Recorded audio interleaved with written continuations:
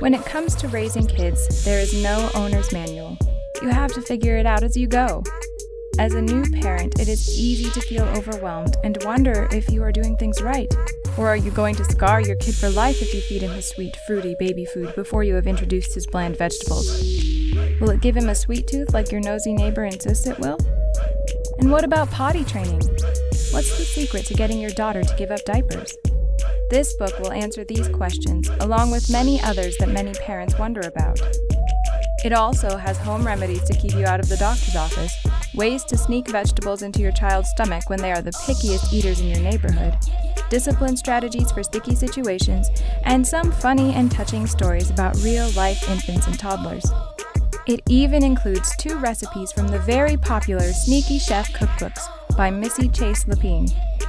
This book will offer creative solutions to the challenges you will face as a parent.